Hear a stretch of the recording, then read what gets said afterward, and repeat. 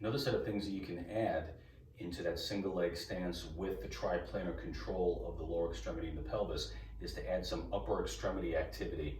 So this is really just sort of a CNS distraction where the patient is learning to hold this position while the body is doing other things. And it also starts to help them, depending on their activity or their sport or what it is they like to do, can their upper body do some things while maintaining that trunk, pelvis, and lower extremity control. So just a couple of basic ideas. You can do this a lot of different ways. I've got a small weight here. You don't even need a weight at first, but just to give it a little bit more central nervous system information, you can just come straight out like this. It's a little bit more of a challenge. Sometimes I like to do on one hand coming out to the side. You're gonna get a little bit more of a moment arm onto that right hip if I'm using my left arm.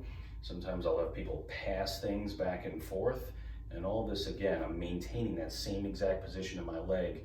And you can do a million different things with the upper extremity. You can do a lot of things that we did in class during the balance exercises, throwing a ball back and forth, whatever it is you think, depending on the patient's functional goals. But again, it's adding more and more input into the central nervous system and more demands placed on the trunk and the pelvis while they're maintaining that same good alignment in the lower extremity.